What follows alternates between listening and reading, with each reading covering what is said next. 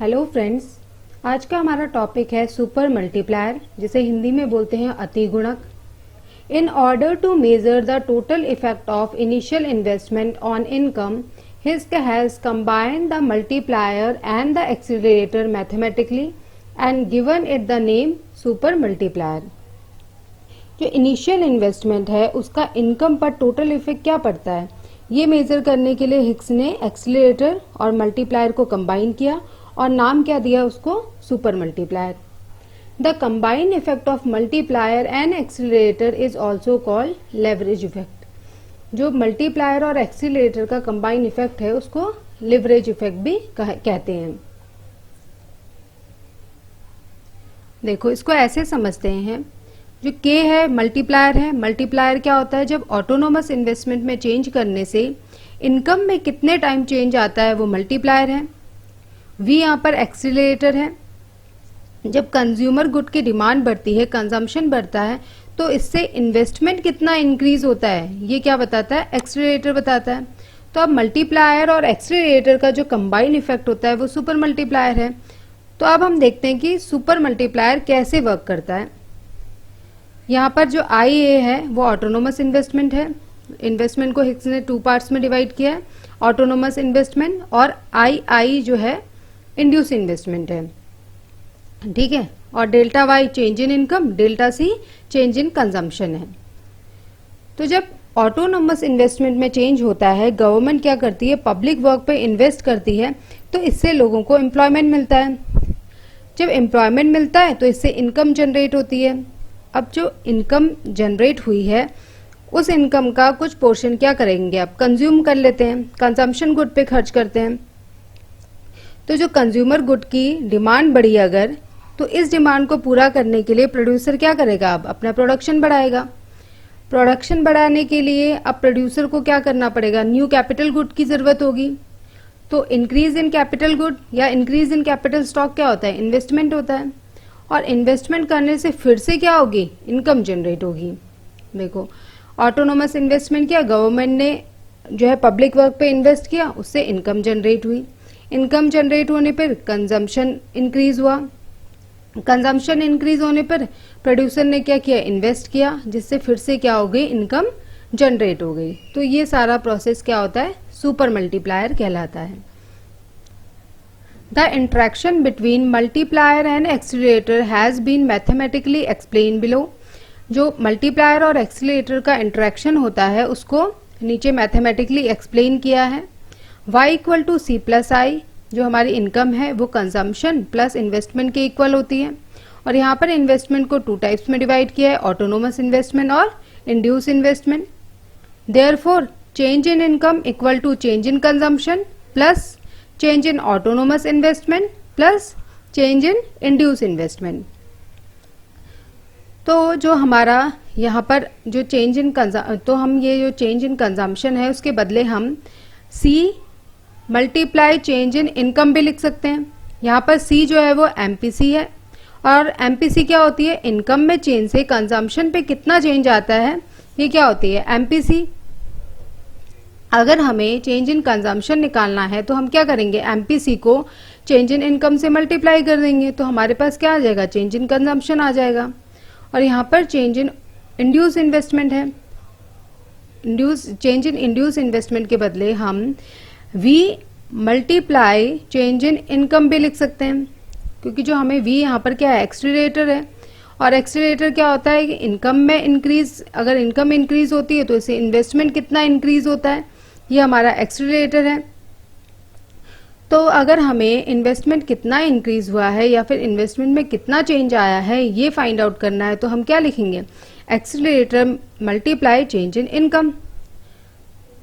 सो हम लोग यहाँ पर क्या करेंगे, अब डेल्टा C को सब्स्टिट्यूट करके यहाँ पर C डेल्टा Y लिख देंगे।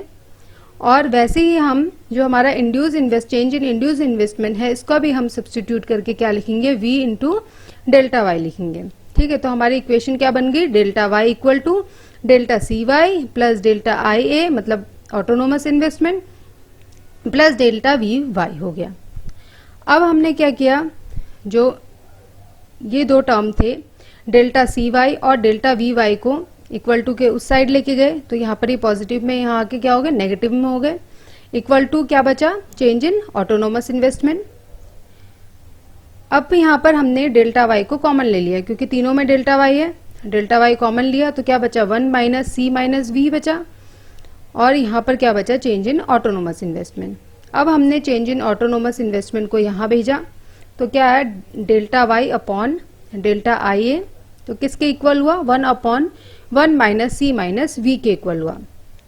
तो ऑटोनोमस इन्वेस्टमेंट में चेंज से इनकम में कितना चेंज आता है, इसको क्या कहते हैं, सुपर मल्टीप्लायर। तो ये हमने क्या लिख दिया, सुपर मल्टीप्लायर। तो सुपर मल्टीप्लायर क्या होता है, 1 upon 1 minus C minus V होता है। यहाँ पर सी क्या है, एमपीसी है, और वी क्या है, एमपीआई है। एमपीआई क्या होता है, marginal propensity to invest, means इनकम में अगर चेंज किया जाता है तो इससे इन्वेस्टमेंट में कितना चेंज होता है, वो क्या होता है, एमपीआई होता है। तो यहाँ पर हमारा सुपर मल्टीप्लायर का फॉर्मूला क्या बना, 1 upon 1 minus MPC minus MPI. अब जो 1 माइनस एमपीसी है वो एमपीएस के इक्वल होती है, तो इसलिए हम सुपर मल्टीप्लायर को कैसे लिख सकते हैं, 1 अपॉन एमपीएस माइनस एमपीआई। तो ये हमारा क्या है, सुपर मल्टीप्लायर का फॉर्मूला है। नेक्स्ट अब हम एक एग्जाम्पल से इस पूरी प्रोसेस को समझते हैं। सपोज C इक्वल टू 0.5, यहाँ हमारी MPC marginal propensity to consume कितनी है, 0.5 है। V इक्वल टू 0.4 है, जो हमारा एमपीआई है मार्जिनल प्रोपेंसिटी टू इन्वेस्ट है वो कितना है, 0.4 है। And autonomous investment increases by ₹100 crore. जो ऑटोनोमस इन्वेस्टमेंट है वो 100 करोड़ से इंक्रीज हो जाता है। The increase in aggregate income will be, तो अब हमें फाइंड आउट क्या करना है कि हमारी जो एग्रीगेट इनकम है वो कितनी इंक्रीज होगी। तो डेल्टा वाई क्या होता है, चेंज इन इनकम। तो इनकम कितनी इंक्रीज हुई ये हमें फाइंड आउट करना है, और जिसकी हमें वैल्यू दी है उसको हम वैल्यू पुट कर देते हैं। ऑटोनोमस इन्वेस्टमेंट कितना, 100 करोड़, तो हमने 100 करोड़ लिखा, equal to 1 upon 1 minus MPC कितना है, 0.5 है, और एमपीआई कितना है, 0.4 है, वो हमने लिखा। अब हम इसको सॉल्व करेंगे और ये 100 को इस तरफ भेजेंगे तो हमारे पास चेंज इन इनकम कितना आएगा, 1000 करोड़ आएगा। It's mean autonomous investment increases by 100 crore, then income increases by 1000 crore. कि जो ऑटोनोमस इन्वेस्टमेंट है उसमें 100 करोड़ को इंक्रीज किया जाता है तो हमारा जो चेंज इन इनकम है वो कितना होता है, 1000 करोड़ हो जाता है। अब हम जो हमें वैल्यूज दे रखी हैं उसी से हम मल्टीप्लायर निकालते हैं। मल्टीप्लायर क्या होता है, 1 अपॉन 1 माइनस एमपीसी, तो एमपीसी की वैल्यू है 0.5। तो हमने यहाँ से मल्टीप्लायर फाइंड आउट किया तो कितना आया, 2 आया। मीन्स कि हमारा जो चेंज इन इनकम है वो कितना है, 200 करोड़ से। जब इन्वेस्टमेंट में 100 करोड़ चेंज किया जाता है तो हमारी इनकम 200 करोड़ हो जाती है। तो बट जो हमारा सुपर मल्टीप्लायर है उसके अकॉर्डिंग क्या है कि चेंज इन इन्वेस्टमेंट 100 करोड़ का है, बट इनकम में कितना चेंज आ रहा है, 1000 करोड़ आ रहा है। और अगर हम सिंपल मल्टीप्लायर निकालते हैं तो वो क्या कहता है कि 100 करोड़ का जब इन्वेस्टमेंट किया जाता है तो 200 करोड़ इनकम चेंज होती है। So when multiplier combined with the accelerator has raise income higher than generated by the simple multiplier. तो यहाँ पर कंक्लूजन क्या निकलता है कि जब मल्टीप्लायर को एक्सीलरेटर के साथ कंबाइन किया जाता है तो जो इनकम इंक्रीज होती है वो जो सिंपल मल्टीप्लायर है उससे कई ज़्यादा इनकम जनरेट होती है। ठीक है, तो यही हमारा सारा कॉन्सेप्ट था सुपर मल्टीप्लायर का। अब हम एक्सीलरेटर और सुपर मल्टीप्लायर से रिलेटेड कुछ क्वेश्चंस देख लेते हैं, एमसीक्यूज देखते हैं। Accelerator is closely related to increase in saving, increase in demand, interest और रेट ऑफ इंटरेस्ट। तो जो एक्सीलरेटर है वो क्लोजली किससे रिलेटेड है, इंक्रीज इन डिमांड से रिलेटेड है, क्योंकि जब कंज्यूमर गुड की डिमांड बढ़ती है तो उससे इन्वेस्टमेंट कितने टाइम इंक्रीज होगा, यही एक्सीलरेटर है। तो इसलिए इसका आंसर क्या होगा, B, increase in demand. Acceleration principle was firstly introduce by Keynes, Kahn, Clark और हिस्क। जो एक्सीलरेशन प्रिंसिपल है सबसे पहले क्लार्क ने 1917 में दिया था। तो आंसर क्या होगा, C. The accelerator model predicts that change in investment are determined by the change in.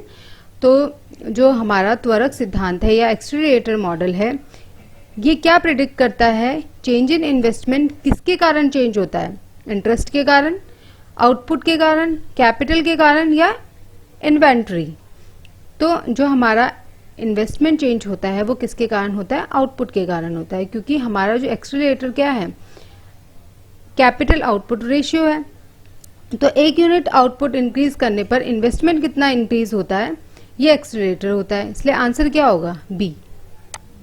The term super multiplier was first coin by, जो सुपर मल्टीप्लायर है वो किसने दिया है? क्लार्क, हिक्स, केन्स और एडम स्मिथ। तो हमें पता है सुपर मल्टीप्लायर का कॉन्सेप्ट हिक्स ने दिया है, तो आंसर क्या होगा? बी।